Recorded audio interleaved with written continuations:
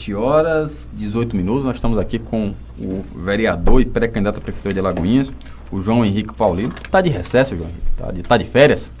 Bom dia, João Henrique. Bom dia, Caio. Bom dia, Hugo. Um bom dia a toda a cidade de Alagoinhas que nos ouve e que também que são telespectadores, né? Que nos assiste. Que nos assistem. Facebook, YouTube. Existe o recesso parlamentar da Câmara, que ele começou a vigorar do dia 20 de dezembro e irá até o dia 20 de janeiro. Mas isso não impede nem que eu, nem que os outros vereadores continuem, inclusive aqui, em programas como esse, prestando contas à população do nosso trabalho. E também dando andamento e sequência a esse trabalho que a gente desenvolve ao longo do tempo. No meu caso, eu, apesar do recesso, como para todo mundo, o final do ano é um período festivo, um período de nós celebrarmos com a família tanto o Natal como a chegada de um novo ano. Tem esse período, sim, mas passado esse período a gente tem que iniciar e voltar às nossas atividades normais, e as minhas eu tenho mantido, a visita aos bairros. Estamos no Mangalô agora com o nosso projeto de bairro em bairro. Hoje teremos mais uma rodada de visitas, de conversas com a população local, para que apresente as demandas ao Executivo. E outras ações que o mandato também tem desempenhado continuam a todo vapor.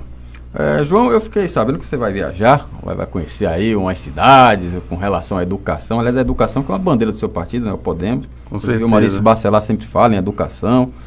De vez em quando até critica o governo Bolsonaro com relação a essa pasta. Mas o que é que você vai fazer nessas viagens? Que cidades é que você vai visitar, João? É o seguinte, Caio, desde o momento em que o nosso partido teve a plataforma e a indicação de que teria candidatura própria, não tinha nem oficializado ainda o meu nome, que nós colocamos no nosso projeto de pensar a cidade de Alagoinhas para a construção do plano de governo, que nós deveríamos buscar no país todas as referências nas áreas de administração pública que dão certo, que são as referências piloto do Brasil. O primeiro lugar em tal área, o primeiro lugar em outra área, para que nós conhecêssemos e buscássemos o que é que eles fazem lá de diferente, que dá certo, e que nós aqui em Alagoinhas poderemos fazer também e adotar essas práticas, vamos dizer assim, que dão resultado para a população, para que a gente também mude a nossa realidade.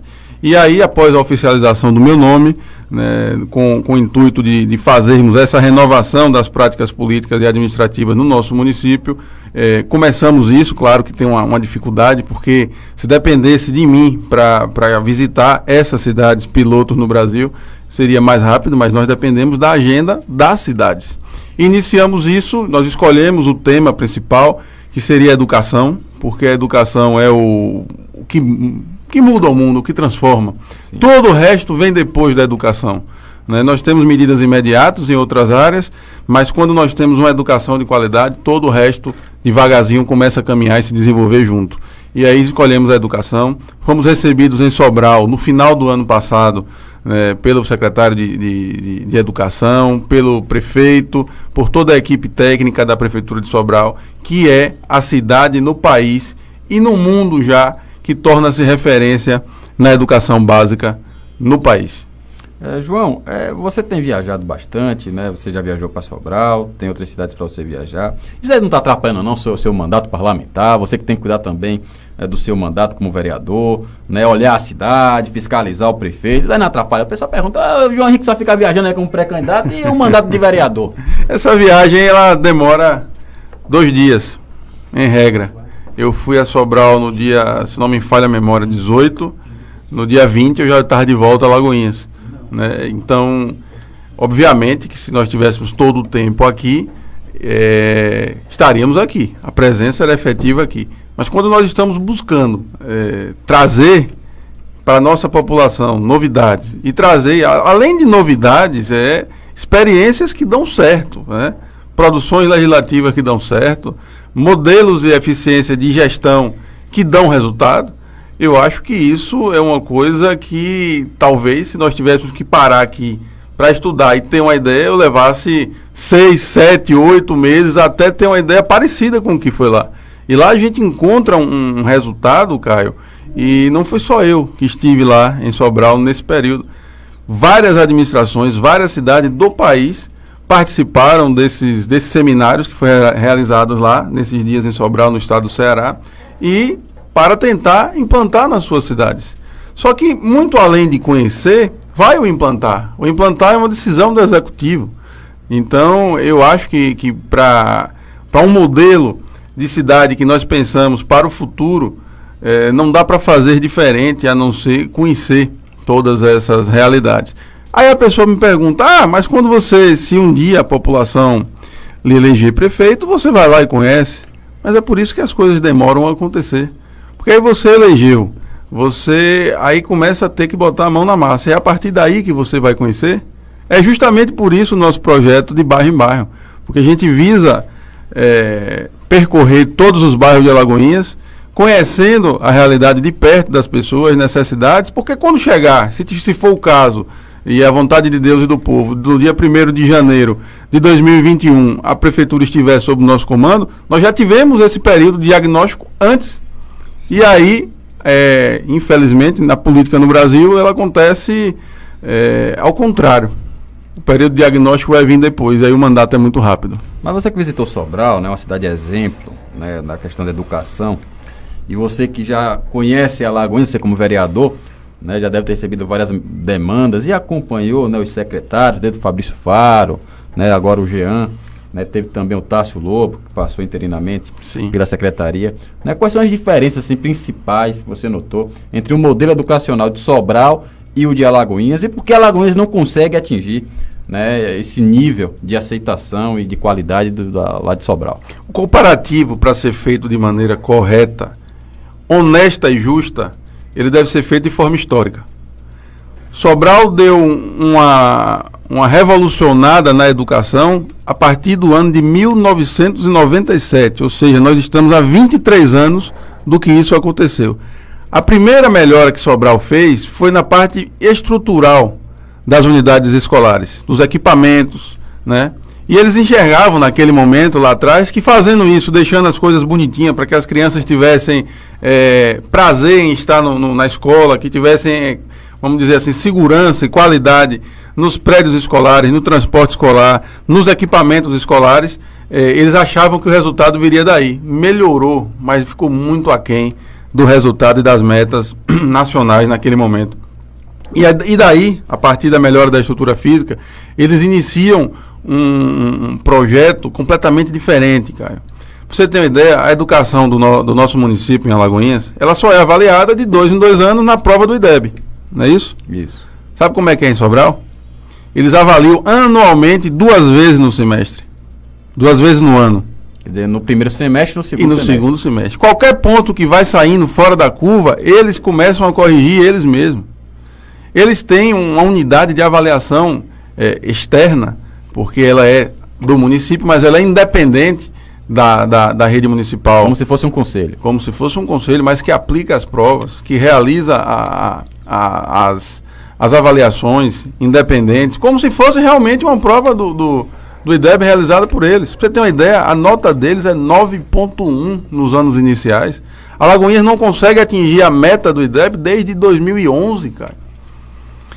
Quando eu falo a meta do IDEB, para as pessoas que estão nos ouvindo ficar muito claro, é a meta estabelecida pelo Ministério da Educação para que a cidade tenha alcançado os índices de evolução que o Ministério da Educação colocou. Não é a média, por exemplo. Não é a média do Brasil, não. Nós temos em Alagoinhas colégios, unidades escolares, que elas ultrapassam a meta do IDEB. Uma delas é o Colégio Municipal Alagoinhas 4. Se não me falha a memória, ela tem a nota 4,7. Ela passa. Mas quando você vê a média das unidades escolares de Alagoinhas, ela está abaixo da meta. Isso acontece desde 2011. 2009 há praticamente um empate. 2011 mais ou menos um empate. E de 2011 para cá, Alagoinhas vem a cada 2 anos mostrando que não consegue atingir com eficiência esses resultados na educação. É por isso que eu digo que a comparação ela tem que ser histórica. Assim como Sobral levou 22 anos para conseguir chegar onde está, se a Alagoinhas não fizer uma mudança, uma revolucionada na sua forma de pensar a educação, nós vamos passar muitos e muitos anos até conseguir virar esse jogo. E é por isso, quando eu falo também, historicamente, que quando você tem problemas lá atrás, que você tenta resolver e sanar, também demora muito, né? Uma coisa é você pegar uma casa enxuta e resolver mudar o jogo dali para frente, só pensando em coisas boas. Outra coisa é quando você tem que pegar nós, obstáculos, para resolver primeiro, para depois sanar e limpar a sua estrutura e aí pensar no futuro. Eu acho que Alagoinha sofre, nunca foi prioridade nesses últimos anos a educação. Ainda nesse governo, nós encontramos problemas estruturais graves, é só visitar as escolas. Em cada bairro que eu estou, eu visito as unidades escolares. Lá no Mangalão nós passaremos pelo Pedro Furtado, que é o colégio municipal, e verificaremos como é que está lá. Mas a gente encontra aqui em Alagoinhas uma grande dificuldade de funcionamento de ventiladores, funcionamento do laboratório de informática, né? Então temos problemas estruturais sérios que precisam ser ainda enfrentados para que isso seja possível acontecer. E aí precisamos lançar as bases. Eu já falo aqui, como pré-candidato à Prefeitura de Alagoinhas, com todos os amigos que são vereadores e estão buscando renovar o mandato, e com todos os outros pré-candidatos a vereadores que podem ser eleitos no pleito eleitoral, eu já peço a vocês que, caso também o povo soberanamente me eleja prefeito a partir do dia 1º de janeiro, nós teremos que trabalhar juntos, porque teremos que implementar essas medidas que eu estou falando aqui e transformar em legislação. Porque só transformando em legislação, ele deixa de ser um projeto político e passa a ser um projeto administrativo e continuado. Verdade. Agora, João Henrique, você fala de Sobral, né, um exemplo do Brasil. O governo do estado e o governo federal têm tido uma postura de incentivar, né, os colégios militares, sejam da Polícia Militar e seja do Exército, né, no caso federal. Né, segundo eles, os índices, inclusive comprovados também, os índices desses colégios são maiores do que os colégios regulares, né, os colégios sem a disciplina militar. Né, na sua questão, você acha que isso influencia, né, a educação, no caso a melhoria, pelos estudos que você fez aí nessas cidades, lá em Sobral? Você acha que a disciplina militar, ela influencia na melhoria do ensino, ou um ensino, um investimento mais forte, um acompanhamento, né, do governo, ela é mais importante do que a própria disciplina? Olha, eu penso de duas formas. Eu acho que os colégios militares, eles são importantes. Eles têm realmente um processo de acompanhamento e de incentivo por parte do poder público que vai além dos outros, né? E eles são importantes, mas, a meu ver, estou dizendo, aqui é o pensamento de João Henrique, nós não vivemos num país militarista. Então, se eu não estou num país militarista, como é que eu quero transformar isso em regra? O estado do Ceará, que é um estado que tem se desenvolvido bastante na educação, e Sobral é quem tem esse pioneirismo como município, não utiliza isso como regra. Então não é necessário que nós tenhamos para que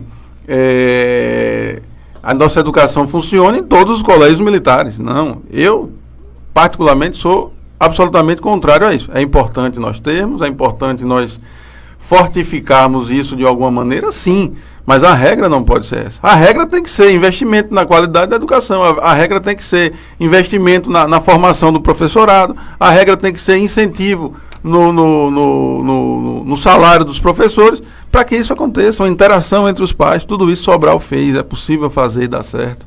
E a minha pré-candidatura à prefeitura é justamente para fazer essas mudanças e fazer esse debate que a gente tanto precisa, renovado e transformador, para que a cidade lance as bases desse desenvolvimento nos próximos 4 anos, e daí os próximos prefeitos que assumam consigam enxergar que é possível fazer uma administração pública que não olhe só para o imediato, que olhe para o futuro, que pense a cidade para os próximos 20, 30 anos.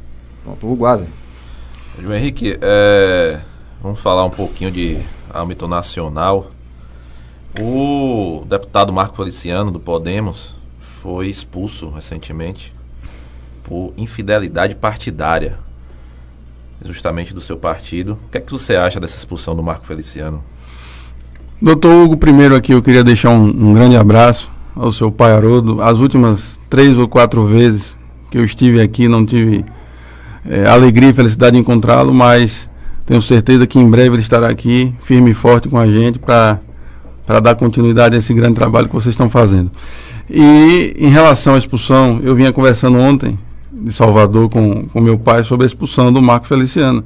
Eu acho que os motivos pelo que Marco Feliciano foi expulso são corretos. Quando você está numa legenda, num partido político, que tem as suas determinações, independente de que o Brasil seja um país com vários partidos, se você escolheu aquela legenda, se você foi eleito pelo conjunto de votos daquela legenda, você tem que seguir as determinações partidárias. E me parece, eu não vou lhe dizer com toda certeza, que o Marco Feliciano, no processo eleitoral de 2018, teve conduta diferente daquela orientação do partido nos apoios às candidaturas que estavam postas e que por isso tenha sido a sua expulsão. Eu, como filiado a um partido militante do Podemos, eu concordo com essa tese. Por exemplo, eu sou pré-candidato a prefeito, nós não temos ainda uma chapa de vereadores oficializada, mas a partir do momento em que você oficializa as candidaturas, e eu tenho lá filiados e pré-candidatos a vereador dentro do meu partido,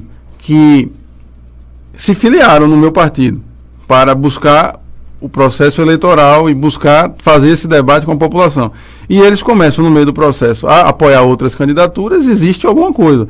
Ou, primeiro, ele não acreditou que o nosso projeto era o melhor projeto, então não deveria ter se filiado, ou ele apenas se filiou buscando o melhor, vamos dizer assim, a melhor legenda na sua cabeça. Estou dizendo isso em regra para todos os partidos. Então a fidelidade partidária é importantíssima. Se você escolhe onde você quer estar, você tem que ir até o fim. No caso, o deputado Marco Feliciano, ele é filiado ao Podemos. Em São Paulo, eu acho. Em São Paulo. O Podemos tinha candidato a presidente. Álvaro Dias. O Álvaro Dias, ele apoiou abertamente o Bolsonaro. E até agora é um dos maiores apoiadores do presidente Bolsonaro.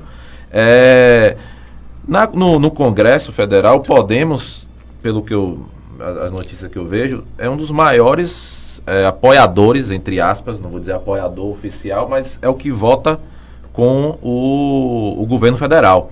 Eu queria saber sua opinião sobre tanto a prisão em segunda instância, que o projeto, não a PEC, mas o projeto de lei do Senado foi de um senador do Podemos, do Rio Grande do Sul, Lazier Martins. Que não é a PEC que vem da Câmara, para mudar o Código Penal, do Senado. Código de Processo Penal, que vem do Senado. Queria saber sua opinião pessoal sobre isso. Sobre a prisão em segunda instância. Isso. Observe, como você fala, o país é um país continental, né? O nosso partido tem, na sua grande maioria, votado com o governo, mas eu estou alinhado ao diretório estadual do nosso partido.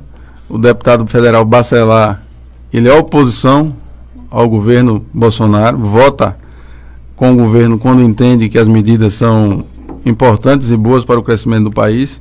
E o meu comportamento tem sido alinhado ao deputado federal Bacelar em relação às ações do governo federal. Eu não avalio o governo de Jair Bolsonaro até este momento positivamente. Existem medidas positivas, mas eu acho que falta um certo tato político de transformar e pacificar o país.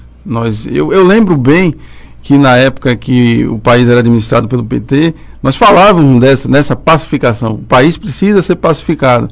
E eu não vejo essa boa vontade, nem em Bolsonaro, nem nos filhos dele, em pacificar o país e andar para frente.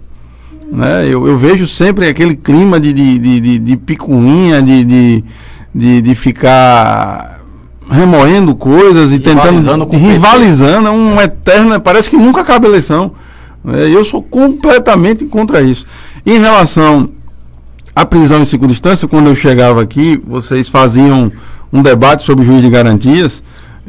Eu também não vejo como é que isso pode acontecer de forma efetiva no país. A ideia é uma ideia legal, mas nós temos um sistema jurisdicional que já tem o duplo grau de jurisdição. O duplo grau de jurisdição não seria um juiz de garantias?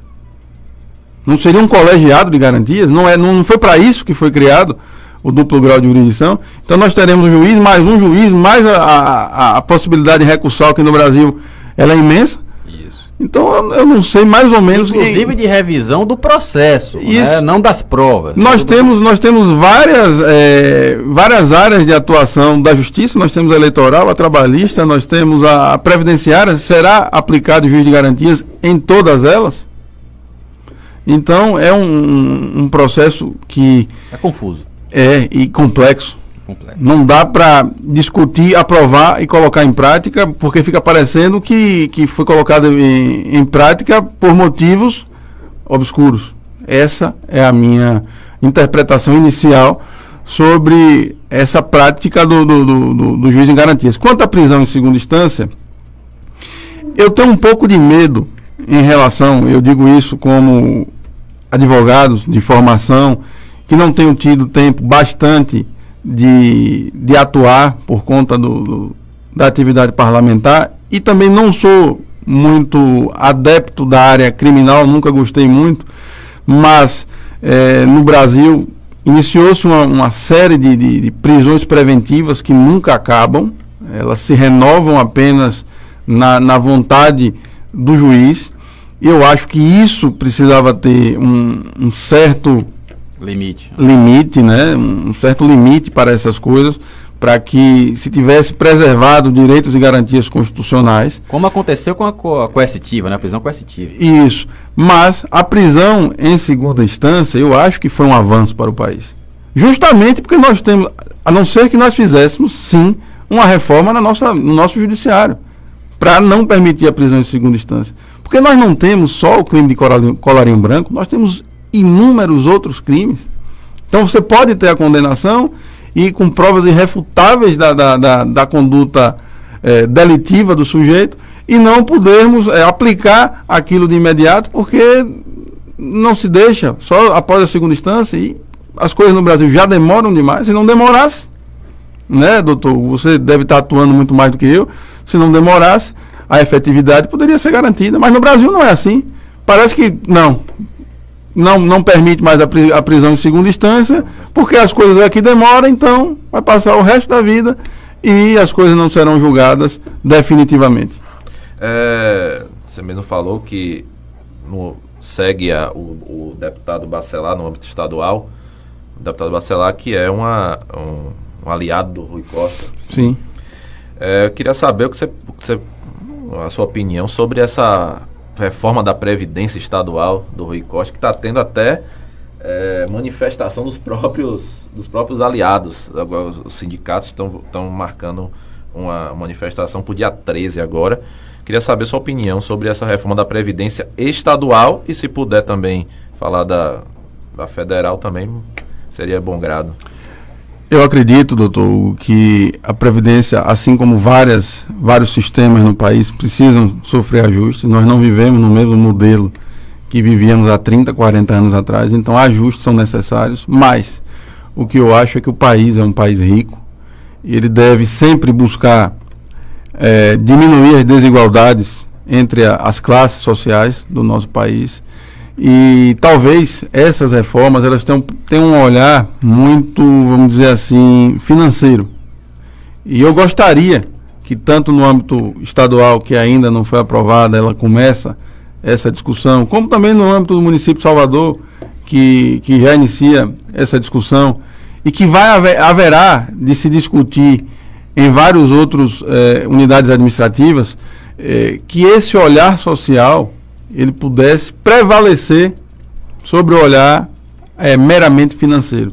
Porque a gente está mexendo na vida de pessoas que tinham as suas subsistências garantidas por aquela legislação. Então, quando você dá um corte em pessoas que já estão com 60, 65 anos, 70 anos, um corte abrupto, como é que ela vai recompor na sua família aquela renda? Eu acho que tem que ter um período inicial de adaptação para começar a valer depois de certo tempo, porque não dá, eu sempre digo isso, o gestor público que está com a responsabilidade de governar o país ou a unidade, qualquer unidade administrativa da federação, ele tem que pensar que as suas medidas, elas impactam em 20, 30, 40 anos, mas as suas medidas impactam também no dia a dia e na vida da população. Então tem que haver um equilíbrio.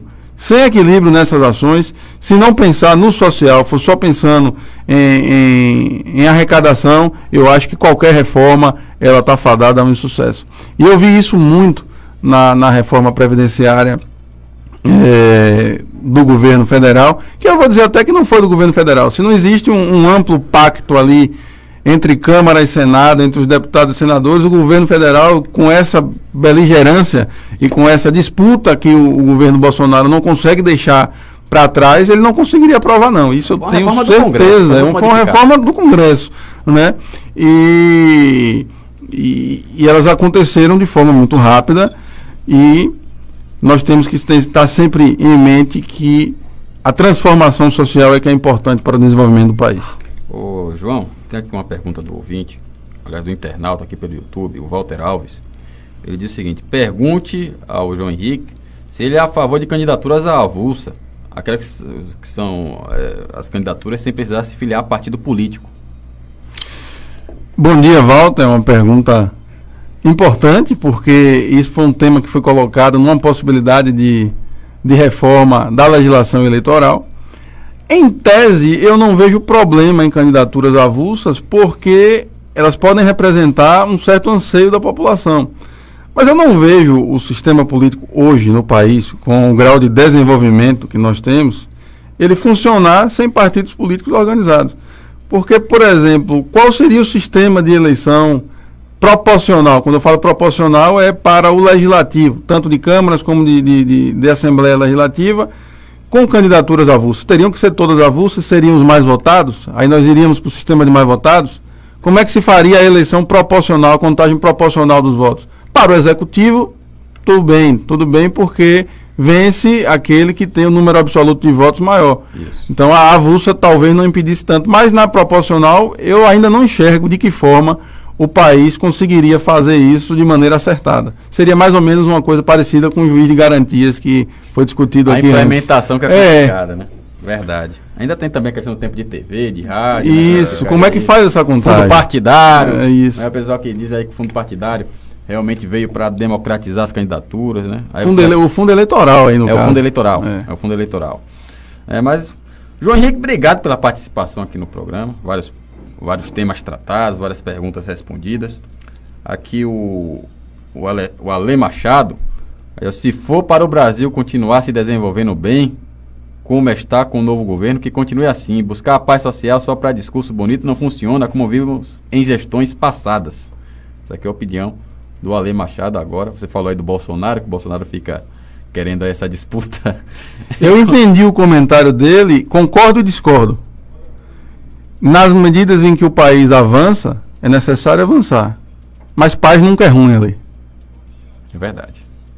Aliás, o Brasil ainda não conseguiu, né, a pacificação. O PT acha que vai ser com Lula.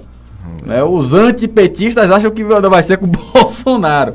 Na verdade, vou dar uma opinião pessoal também. Não será com Lula. Se nós insistirmos nessa polarização e nesse debate, a meu ver, minúsculo, não haverá. Vai continuar havendo a polarização, vai continuar havendo a disputa, o acirramento, só que de outra forma. De outra forma. Aquela picuinha. Mas, João, vou deixar aí alguns minutos para as suas considerações finais, que você queria pontuar, que você quer pontuar aí, deixar uma mensagem para os nossos ouvintes, nossos internautas. Eu agradeço a oportunidade de estar aqui conversando com a população de Alagoinhas, batendo um papo maduro com vocês e discutindo vários assuntos, e quero dizer à população que a partir do momento em que coloco o meu nome à disposição da sociedade para governar nossa cidade a partir de 2021, eu tenho que buscar todas as ferramentas para que logo que tenha a oportunidade de estar com a caneta na mão, podemos estar acelerados e buscar aquelas melhores referências no país. Sobral foi a primeira, por ser da educação. Eu vim de lá cheio de novidades, cheio de vontade de colocar essas coisas aqui em prática. Irei agora, no dia 22, a São Caetano do Sul, no estado de São Paulo, que é a cidade do país que tem o melhor índice de desenvolvimento humano, buscar o que é que eles fazem para que isso aconteça, para me tornar ainda mais experiente e ter um projeto de governo arrojado para apresentar à população que realmente apresente mudanças e sobretudo, quebra de paradigmas que nós temos historicamente em Alagoinhas, deixadas a segundo plano nas administrações que por aí passaram. E eu quero desejar um feliz ano novo a toda a sociedade e que nós tenhamos um 2020 de bastante sucesso, de muitos debates, e que o processo eleitoral, ao final, seja feito da vontade soberana da população, e ela com certeza saberá escolher o que melhor representa os seus anseios para os próximos 4 anos. Eu vou continuar a minha batalha. Quero deixar aqui um convite às pessoas do bairro do Mangalô, que o nosso projeto de bairro em bairro está no bairro do Mangalô esta semana. Nós continuaremos hoje e amanhã, e também no início da próxima semana, terminando de visitar e conhecer todos os problemas da população do Mangalô. Um forte abraço e um bom dia a todos. Obrigado, João. Hugo?